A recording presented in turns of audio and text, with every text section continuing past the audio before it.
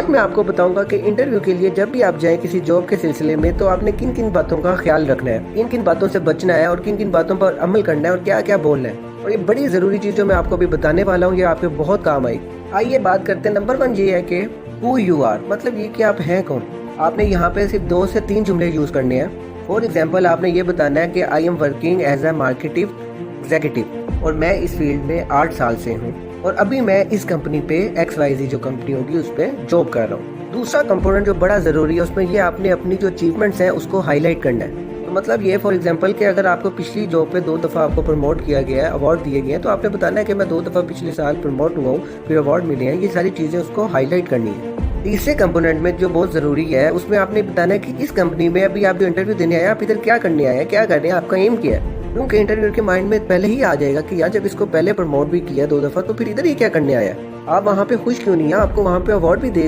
دیا جا چکا ہے۔ تو آپ نے ان کو یہ بتانا ہے کہ جو آپ نے ابھی جاب رول آفر کی ہے میں اس کے لیے بہتر ہوں، میں اس کو بہترین انداز سے پرفارم کر سکتا ہوں اور یہ ایک چیلنجنگ جاب ہے اور مجھے چیلنجز لینا بہت پسند ہے۔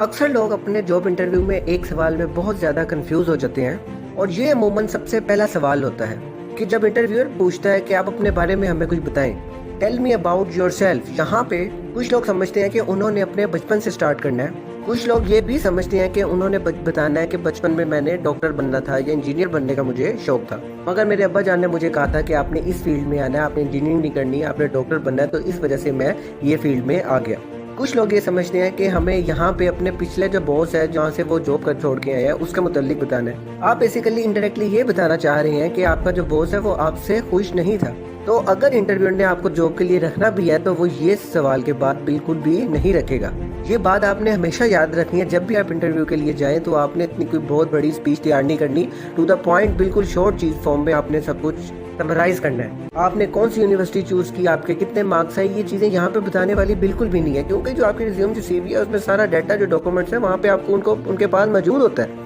یاد رکھیے جب بھی وہ آپ سے ایسا سوال پوچھے گا تو آپ نے 1 منٹ سے زیادہ اس کا جو آنسر ہے اپنے بارے میں جو بتانے کی چیزیں ہیں وہ بس آپ نے سمرائز کرنا ہے، شارٹ فارم میں آپ نے اس کو بتا دینی۔ اور دوسری بات جو کہ بہت ضروری ہے، آپ نے گھبرانا نہیں ہے، آپ نے پریشر نہیں لینا، کیونکہ جتنا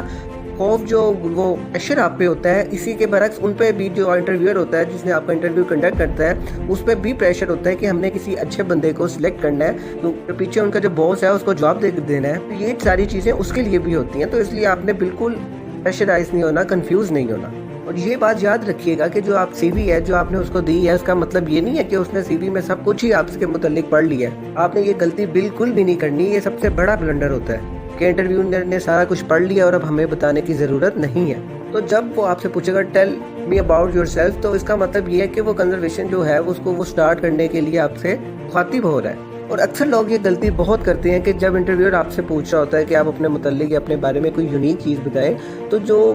انٹرویو دینے والے گئے ہوتے ہیں جو جاب کے لیے اپلائی کرتے ہیں تو وہ بہت زیادہ فرینک ہو جاتے ہیں ان کے ساتھ، تو وہ پھر آگے سے بالکل رفلی ٹاک شروع کر دیتے ہیں کہ سر جی اب مجھے آپ کے متعلق کیا بتانے کی ضرورت ہے، زندگی بس گزر رہی ہے، تو بالکل انفارمل وے میں وہ اس بات چیت شروع کر دیتے ہیں۔ تو اس لیے جو میں نے ابھی 3 کمپوننٹس آپ کو بتائے ہیں اسے ہمیشہ یاد رکھیں، اپنے دماغ میں رکھیں، اس پہ عمل کریں اور اچھے سے اچھا انٹرویو کنڈکٹ کروائیں۔ Thank you, all the best.